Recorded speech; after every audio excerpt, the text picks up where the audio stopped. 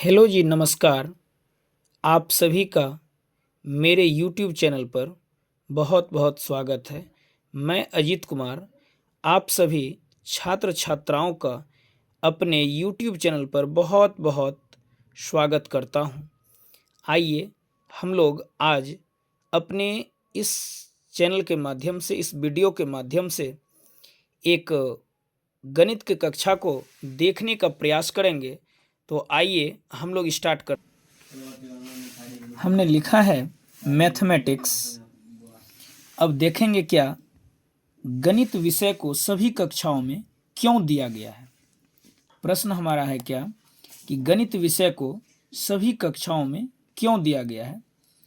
तो यह गणित ही एक ऐसा विषय है जो हमारी तर्क वितर्क करने की क्षमता को बढ़ाता है। अर्थात मैं कह सकता हूं क्या कि गणित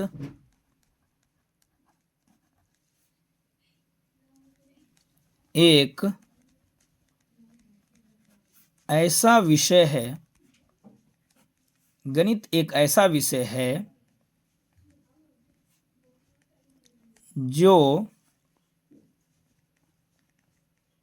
हमारी तार्किक शक्ति, जो हमारी तार्किक शक्ति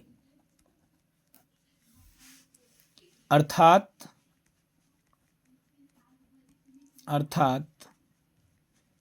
तर्क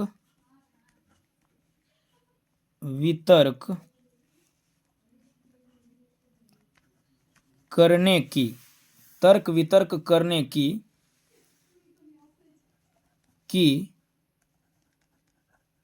शक्ति, तर्क वितर्क करने की शक्ति को बढ़ाता है। क्या करता है? तो तर्क वितर्क करने की शक्ति को बढ़ाता है। तो हम जाने क्या कि गणित जो है कि एक ऐसा विषय है जो हमारी तार्किक शक्ति अर्थात तर्क वितर्क करने की शक्ति को, तर्क वितर्क करने की क्षमता को बढ़ाता है। ठीक है। अब देखिए, तो जब गणित हमारी तर्क वितर्क करने की क्षमता को बढ़ाता है तो तर्क वितर्क का अर्थ क्या हुआ, या हम कह सकते हैं कि गणित से हमें क्या प्राप्त हुआ, है ना। क्या कह सकते हैं कि गणित विषय से हमें क्या प्राप्त होता है। गणित विषय से हमें क्या प्राप्त होता है। गणित विषय से हमें क्या प्राप्त होता है। तो हमको अब इससे क्या क्या पता चला। तो तर्क वितर्क करने की क्षमता, मैं कह सकता हूं पहला नंबर की, तर्क वितर्क करने का मतलब होता है सबसे पहले बच्चों में जोड़ एवं घटाव का गुण आता है। क्या आता है? तो जोड़ एवं घटाव करने की क्षमता। क्या प्राप्त हुआ? तो जोड़ एवं घटाव करने की क्षमता। दूसरा होता है गुणा एवं भाग करने की क्षमता। क्या होता है?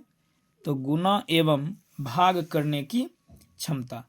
ये हमें जो गणित विषय है वो क्यों जरूरी है और गणित हर एक कक्षाओं में दिया गया है, क्यों, इसकी हमें जानकारी प्राप्त हुई।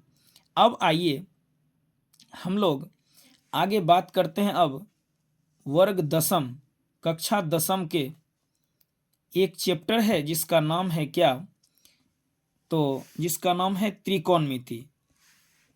आइए हम लोग उस पर अब बात करते हैं।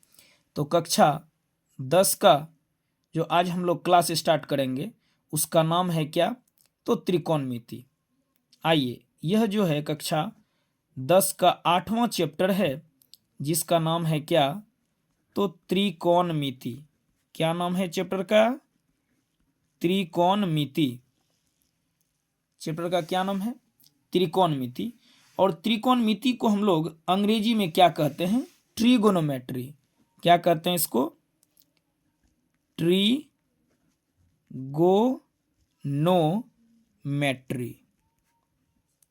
त्रिकोणमिति को अंग्रेजी में क्या कहते हैं? त्रिकोणमिति को अंग्रेजी में हम लोग क्या कहते हैं? ट्रिगोनोमेट्री। क्या कहते हैं इसको? ट्रिगोनोमेट्री। अब देखिए, यह जो ट्रिगोनोमेट्री है वो 3 शब्दों से मिलकर बना है। जैसे है यहाँ पर ट्राई, जिसको मैंने रेड कलम से अंडरलाइन कर दिया। फिर यहाँ पर है गोनो, इसको भी मैंने अंडरलाइन किया है रेड पेन से। और फिर है यहाँ पर मैट्री, इसको भी मैंने अंडरलाइन किया है। अब देखेंगे कि इसमें तीनों वर्ड का मीनिंग क्या क्या है।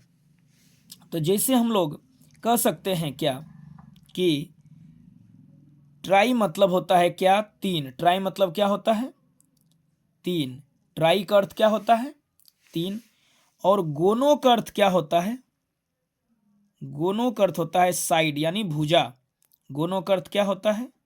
भुजा। गोनो का अर्थ क्या होता है? भुजा।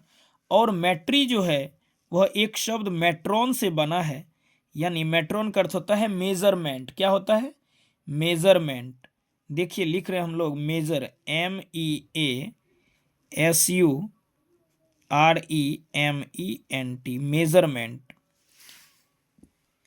इस मेजरमेंट का मतलब हो गया क्या? मेजरमेंट को हिंदी में हम लोग क्या कहते हैं? माप कहते हैं। मेजरमेंट को हिंदी में क्या कहते हैं? माप कहते हैं। मेजरमेंट को क्या कहते हैं हिंदी में? माप। अब यदि आपसे कोई पूछ दे कि त्रिकोणमिति से आप क्या समझते हैं, या त्रिकोणमिति का अर्थ क्या होता है, आइए हम लोग सीखने का प्रयास करेंगे। यदि आपसे कोई प्रश्न पूछ दे क्या कि त्रिकोणमिति से आप क्या समझते हैं, क्या कहता है? त्रिकोणमिति, त्रिकोणमिति से आप क्या समझते हैं? क्या कहता है? त्रिकोणमिति से आप क्या समझते हैं? तो अभी मैंने क्या देखा कि त्रिकोणमिति में मुख्यतः भुजाओं की माप एवं कोणों का माप होता है। इसलिए हम कह सकते हैं क्या कि त्रिकोणमिति का अर्थ क्या हुआ? त्रिकोणमिति से आप क्या समझते हैं? तो हम कह सकते हैं कि भुजाओं, क्या कह सकते हैं? भुजाओं एवं कोणों, भुजाओं एवं कोणों के माप, भुजाओं एवं कोणों के माप का अध्ययन, का अध्ययन त्रिकोणमिति कहलाता है। का अध्ययन त्रिकोणमिति कहलाता है। क्या कहलाता है? त्रिकोणमिति कहलाता है। तो हम लोग क्या जाने?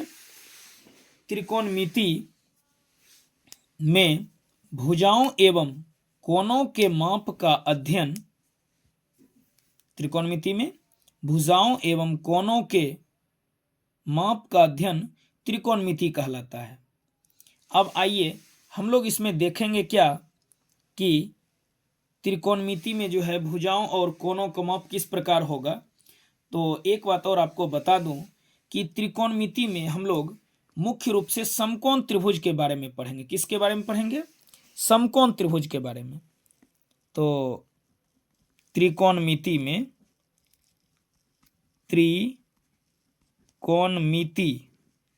त्रिकोणमिति में किसके बारे में अध्ययन करते हैं? किस त्रिभुज के बारे में? तो त्रिकोणमिति में समकोण, कौन सा त्रिभुज?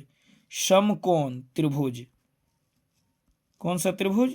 समकोण त्रिभुज के बारे में अध्ययन करते हैं। तो त्रिकोणमिति में मुख्य रूप से हम लोग किस त्रिभुज के बारे में अध्ययन करेंगे? तो समकोण त्रिभुज, जिसको हम लोग कहते हैं इंग्लिश में राइट एंगल ट्रायंगल।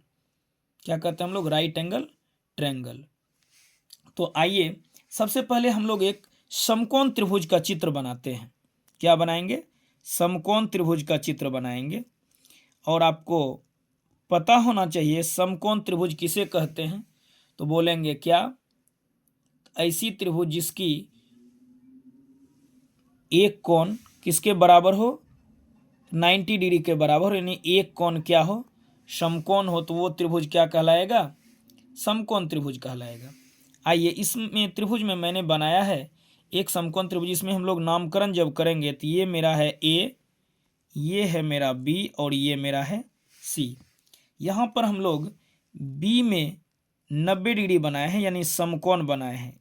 बी को क्या बनाए हैं, समकोण। और हम लोग क्या जानते हैं कि समकोण के सामने वाली भुजा जो कहलाती है वो क्या कहलाती है, समकोण के सामने वाली भुजा क्या कहलाती है, कर्ण कहलाती है। क्या कहलाती है, समकोण के सामने वाली भुजा क्या कहलाती है, कर्ण। बाकी जो अब दो भुजा बच जाता है, जैसे यहाँ पर AC जो हमारा है वो समकोण है, सॉरी AC जो हमारा वो कर्ण है, जिसको हम लोग H से दर्शाते हैं। बाकी जो दो भुजा बची है वो AB और BC, ये दोनों एक आधार और एक लंब होगा। ये आधार और लंब जो है वह थीटा पर निर्भर करता है। किस पर निर्भर करता है, थीटा पर। आइए तो हम लोग बात करते हैं कि ये जो AB और BC है वो दोनों क्या कहलाता है, एक को आधार और एक को हम लोग बोल सकते हैं क्या, लंब। जैसे मैंने अगर AB को लंब कहा तो लंब को हम लोग P से दर्शाते हैं, और BC को आधार कहे तो आधार को हम लोग B से दर्शाते हैं। तो एक बात तो हम लोग इसमें सीखे क्या, कि समकोण के सामने वाली जो भुजा होती है वो क्या कहलाती है, कर्ण कहलाती है। क्या कहलाती है, कर्ण। तो हम लोग एक बात जान गए क्या, कि समकोण के सामने वाली भुजा क्या कहलाती है, कर्ण कहलाती है। और कर्ण जो होती है ना, वह समकोण त्रिभुज की सबसे बड़ी भुजा होती है। तो नोट पॉइंट में हम लोग क्या लेंगे, नोट पॉइंट में हम लोग देखेंगे पहला नंबर बात क्या सीखे, कि समकोण के सामने, समकोण के सामने की भुजा कर्ण, समकोण के सामने की भुजा कर्ण, जिसको हम लोग H से दर्शाते हैं, कर्ण कहलाती है। क्या कहलाता है, कर्ण कहलाता है। समकोण के सामने वाली भुजा क्या कहलाती है, कर्ण कहलाती है। समकोण के सामने वाली भुजा क्या कहलाती है, कर्ण कहलाती है। समकोण के सामने वाली भुजा कर्ण कहलाती है। और इसमें क्या होता है कि यह कर्ण जो है वह त्रिभुज की सबसे बड़ी भुजा होती है। और एक बात क्या जाने, कर्ण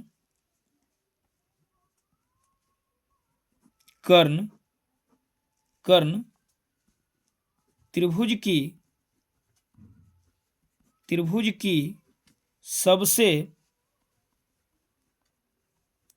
सबसे बड़ी भुजा कहलाती है, बड़ी भुजा कहलाती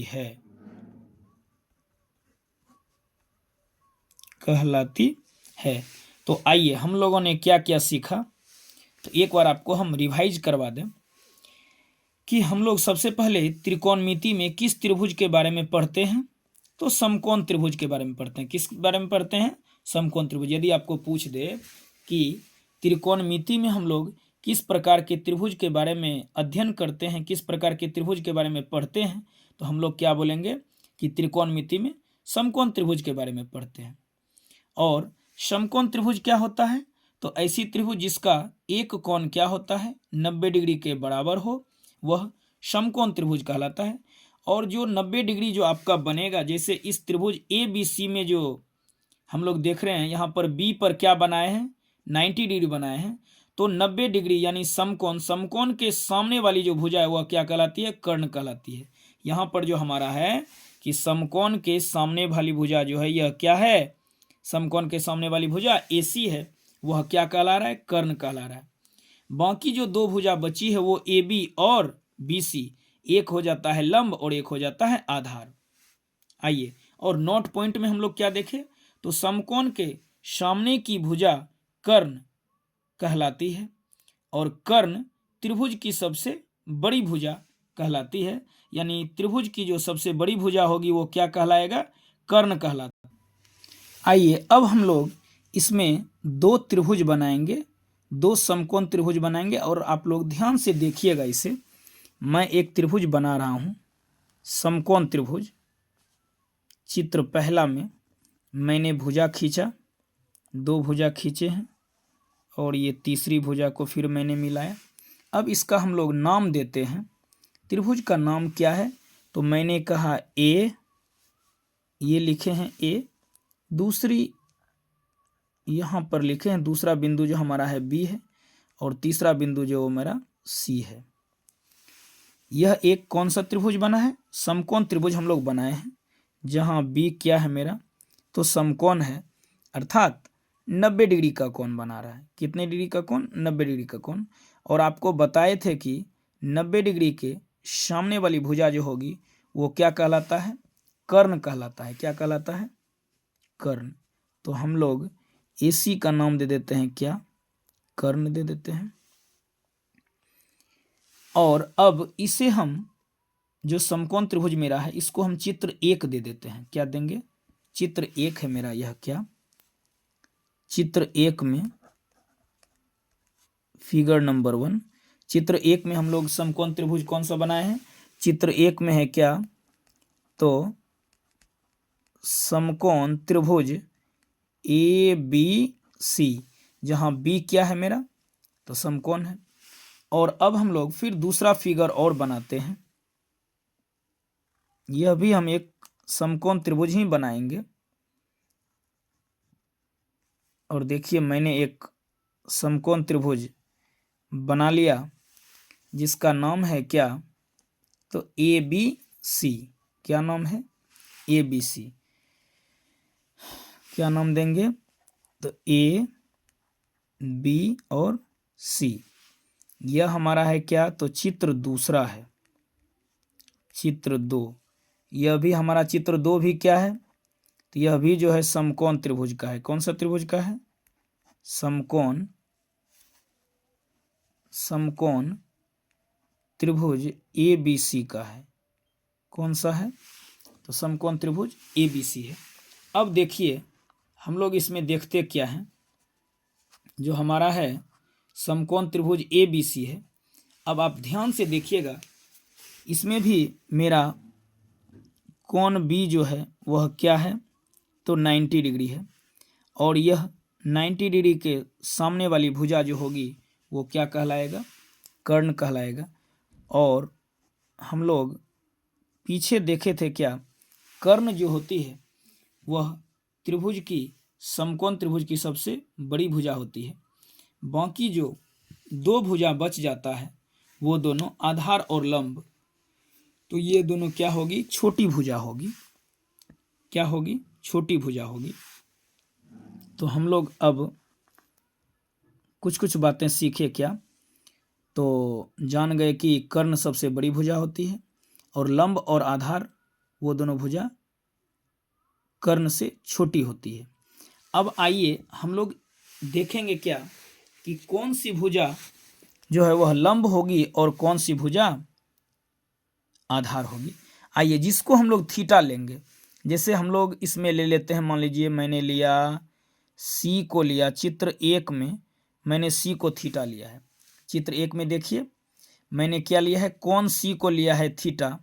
और थीटा के सामने वाली भुजा जो होती है वो क्या कहलाता है? थीटा के सामने वाली भुजा क्या कहलाती है? तो लंब कहलाती है। क्या कहलाता है? थीटा के सामने वाली भुजा क्या कहलाती है? लंब कहलाता है। और लंब को हम लोग किससे दर्शाते हैं? P से दर्शाते हैं। किससे दर्शाते हैं? P से। जब हमारा लंब ये हो गया तो ऑटोमेटिक है, स्वतः अब जो एक भुजा बची है वो मेरा क्या हो जाएगा? आधार हो जाएगा। क्या हो जाएगा? आधार, जिसे हम लोग B से दर्शाते हैं। अब चित्र 2 में देखेंगे, यहाँ पर B पर समकोण है और समकोण के सामने वाली भुजा कर्ण हो गई। अब मैंने A को लिया है थीटा। किसको लिया है? थीटा। A को लिया है थीटा। और यह जो है कि थीटा के सामने वाली जो भुजा होगी वह मेरा क्या कहलाएगा? लंब कहलाएगा। क्या कहलाएगा? यहाँ पर कहला जाएगा लंब, जिसको हम लोग P से दर्शाएं। और यह जो भुजा बच गई AB वो कहलाएगा आधार। तो अगर हम दोनों चित्र पर यदि कुछ अध्ययन करें, एनालिसिस करें, तो दोनों चित्र में देखिए क्या क्या मैंने पाया।